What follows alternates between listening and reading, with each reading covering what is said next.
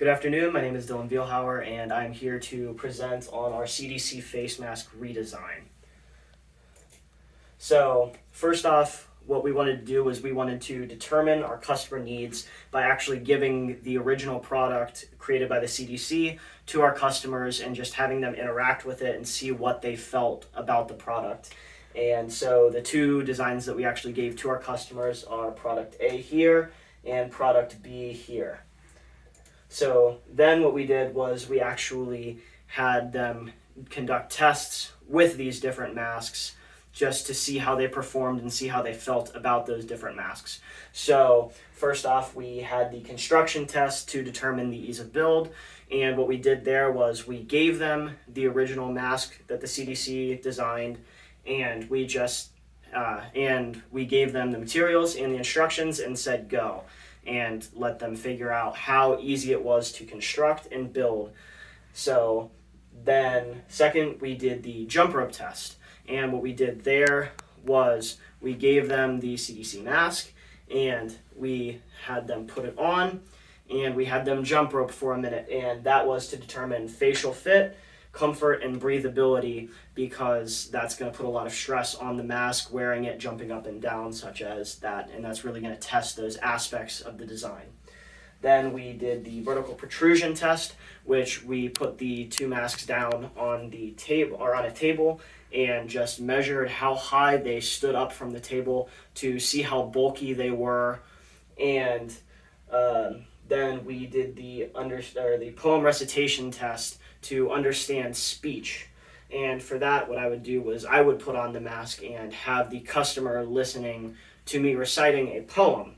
And I would then ask them to rate how well they could understand my voice coming off, and how much the sound was muffled on a scale of 1 to 3. And all of these tests that are not in centimeters are measured in a scale of 1 to 3, or a scale of 0 to 3, where 0 is good and perfect and 3 is bad. And finally, we did the effectiveness test, because if you're going to actually go through the trouble of wearing a mask and having to build it, then you have to make sure that it's actually going to do its job and filter out particles of a virus, right?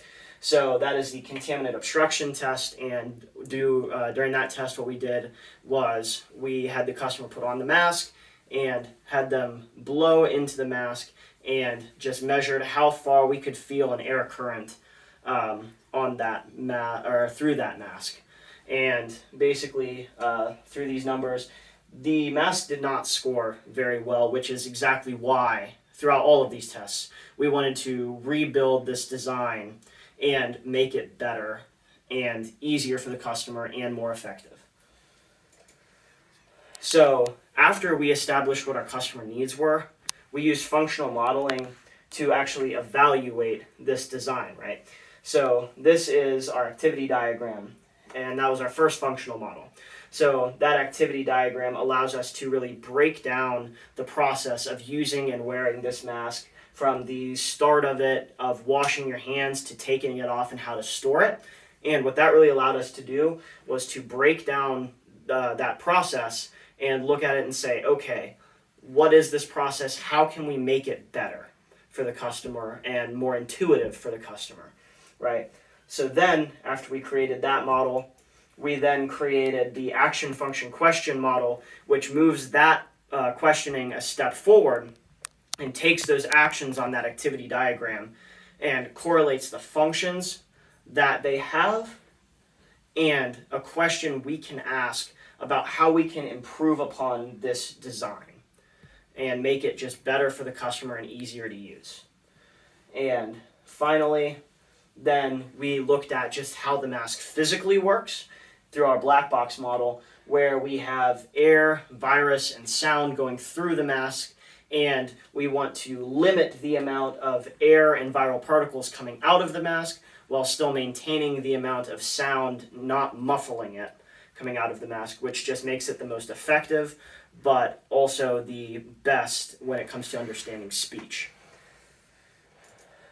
And finally, we then proposed our improved design, which you can see through our C sketches here, and the actual components of our design through the images of our build here, where what we did was to improve effectiveness, we added a coffee filter layer in the middle of the mask. And what that does is that adds another thin layer and it blocks more air coming out of the mouth when wearing the mask, making it far more effective. But it also does not add the extra thickness and bulk of another layer fold, which means that we were actually able to make this thinner, less bulky, and with that, easier to construct. Then, additionally, to help fit the face better, we added this nose piece right there, which could be bent around the nose and not only helped fit the face better, and it also made the mask more effective by blocking air coming up near the nose holes and preventing glasses from fogging up while wearing. So those were two really good benefits that we got from that component of the design.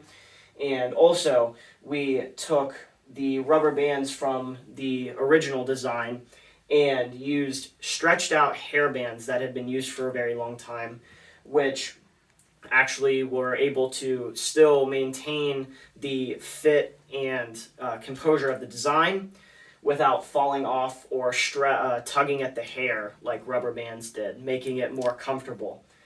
So you can see some pictures of then me wearing that design. So finally what we did was we compared how our design did to the original CDC design using the same tests that we did before. This was our final design here in the middle. The CDC design was over there on the left as a baseline, and as you can see, our final design outperformed the CDC design by far, meaning that it was just a better all-around option for the redesign, which is exactly what we wanted to do, and allows the customer to be a lot happier with the product that they're getting in the end. Thank you. Do you have any questions?